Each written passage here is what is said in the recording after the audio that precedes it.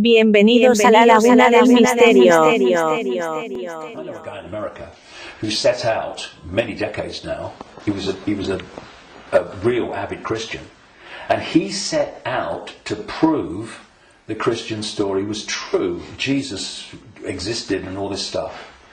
And very soon after this, as he started, I'm going to show it. Of course, what he realised very quickly is the evidence is all the other way, and he became a conspiracy researcher because then he's going, well, nothing of it. If I've been duped on this, what else am I being duped on? And then the dominoes start to fall, and you start to see the greater conspiracy. But he had an open mind enough to see that when the information was going in a certain direction, he was willing to go with it. But a lot of people that are welded to religions, they don't want to look at the information. And you can be a religious believer, and you can go to the 5 sense level of the conspiracy, because you can say it's Satan and Jesus is coming, and it's Armageddon, and it's the end times, and all that stuff. You can do all that from a Christian perspective, but you ain't going to get in the rabbit hole. To do that, all those belief systems have to go, because they're there to censor the true self. Okay, thank you, David. That's amazing, and a lot of information, and a lot to think about. But the important thing is not to think, but to know, to feel, and we all have the ability and the what humans have. We can change it because we can create, which the others can't. Yeah, so they create through us, and the difference is, and the way to turn this around is to, instead of having our sense of reality manifest as our experienced reality by external forces manipulating our sense of reality, which becomes our experienced reality, we get rid of that influence, and our unique perception of reality becomes our unique experience of reality.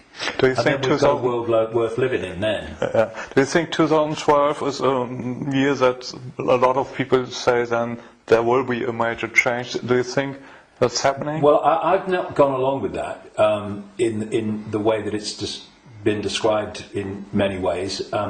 I came across a theme almost immediately after my initial stirring awake in 1990, in the spring, when I went to a psychic because I felt this presence around me all the time, and I wanted to know what it was. I didn't tell her, but just so she would pick it up, and bingo, lots of things happened. So, I was going to go out on a world stage and reveal great secrets, and there was a shadow across the door and had to be lifted astray and be told all that stuff.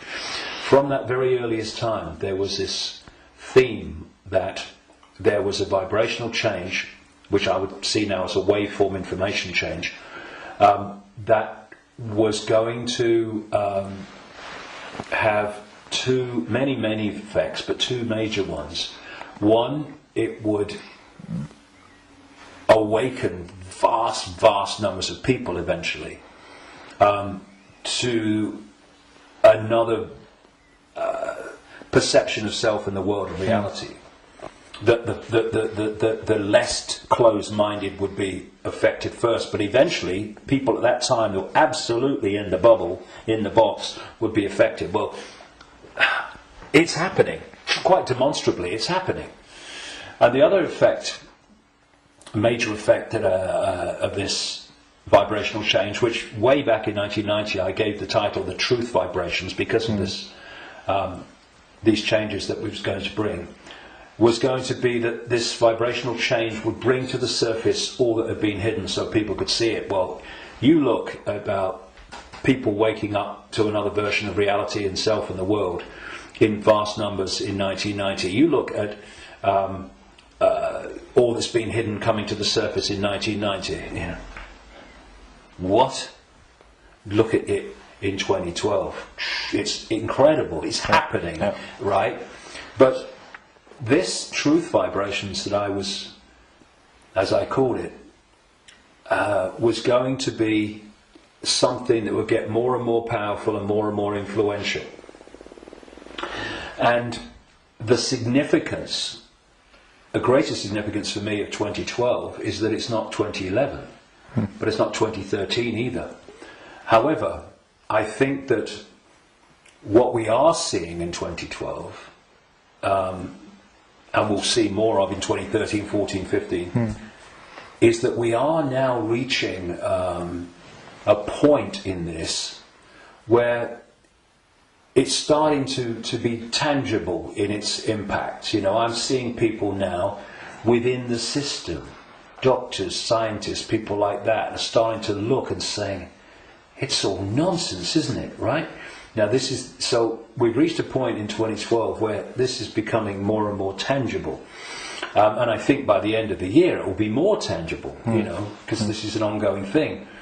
And the focus on 2012 in a positive way about, you know, this is going to be the Great Awakening. And I don't think it's going to be the Great Awakening in 1 year, but that focus on it, people are focusing on the fact of awakening, and that's bound to impact upon people opening their minds. The negative part about it, of course, is this stuff about the end of the world and all that stuff, which brings, where does that take you? It takes you here. So I think that 2012 is significant in that way. But in 2013, we're going to see the impact even greater, 2014 even greater. And there's going to come a point where this information vibrational change is going to reach a tipping point where it's the dominating perception. And at that point, the House of Cards will come down. And one of the other themes in the last 22 years that I picked up from many different sources and stuff is that just when the control system appears to hold all the aces and has got everything in place, it's going to come down so fast it's going to be shocking. So for a little while longer, I mean, we're seeing it now, you know, President of the United States every day deciding who's going to be killed in a drone attack and all that stuff without any due process or anything like that. So we're moving, but at the same time, this awakening is moving as well.